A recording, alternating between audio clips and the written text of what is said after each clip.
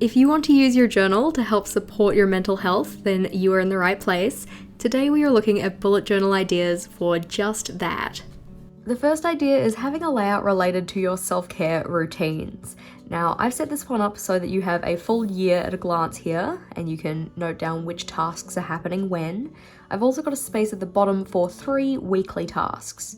So in the space that says weekly task 1, you'd write in what the task actually was, or the habit that you're trying to build, and then each of these dots represents one of the weeks in the year. You could of course make this one larger to encompass the full spread if you have more things that you want to track.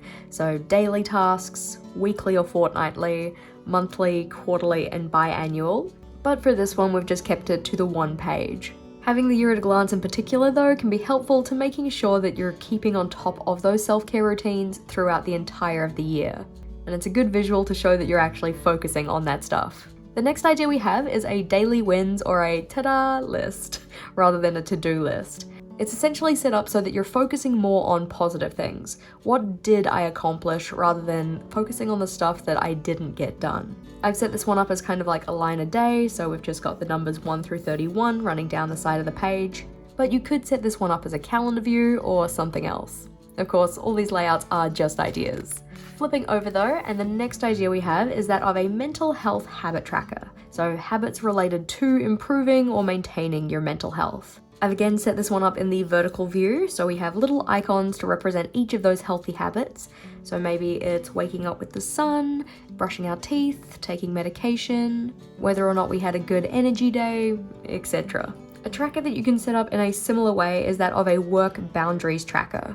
Establishing and sticking by our boundaries can be a very good way to support our mental health. So some of the boundaries we have here are starting work on time, making sure that you're honoring your lunch break, making sure that you're taking other breaks throughout the day, and so on.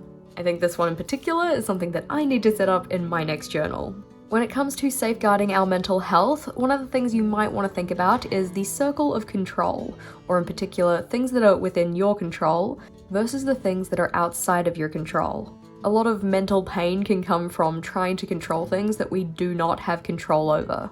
So getting clear on where that boundary is could be really helpful. I've set this one up to actually be a zone of control, so you at the center, these are the things you control, and then those are the things outside of that zone, or you could just set it up as a list. Talking about lists, one that can be very helpful is that of a trigger list. So this is something that helps trigger your brain dumping process. So different things that you can consider when you're doing your brain dump to make sure that you capture everything you want to. You can find really good references online if you look up the word trigger list ideas or trigger list reference, and just jump into the Google image space. Flipping over, and the next idea we have is that of a mood boosters reference, and I've set this one up to be in terms of time. So 5-minute tasks you can do, 10-minute, 20-minute. Having them broken down by time can just be helpful so that when you have that amount of time spare, or if you only have that amount of time to give to trying to boost your mood, you can look at the relevant list. You might want to break this down into different styles though, so mood boosters that are related to being outside, mood boosters that are related to food and drink, something like that. But I find a themed list is helpful. The idea we have under this one is that of a favorite things day plan. So one day where you cram in all of your favorite things, or as many as you can. I've set this one up kind of like a timeline, so sleeping in, having Mac as breakfast, getting in some reading time, etc. Of course, your favorite things are individual to you, so make sure that you have a good think about the stuff that you would really enjoy putting into your favorite things day. Even better, after you make the day plan, actually schedule a day to have your favorite things day. Underneath this one though, we have the recipe for a good day. So this one isn't necessarily your favorite things, but this is the kind of stuff you can do on a regular day, or a special day, just to make that day as good as possible. So trying to start the day right, effectively. The regular day are the ones that you could do pretty much any day, whereas the ultra version or deluxe version are things that you might want to do if you have a little bit of extra time or want to make a day particularly special. I've just set this one up as a checklist so that you could run through it anytime you want to set up a day that's going to be as good as it can be. After this, the next idea we have is that of a compliment keeper, or effectively a little pocket in your journal that you can keep little notes or little compliments from other people. This could be stuff that they actually write down on paper themselves and then you just keep it in your journal, or you might want to turn emails or other kind of conversations you've had with people into little post-its and keep them in there. It's just a nice go-to place to have kind words from others for when you're feeling a little bit low. The next idea we have is the let it go list, or things that you don't want to be bringing forward with you into the future.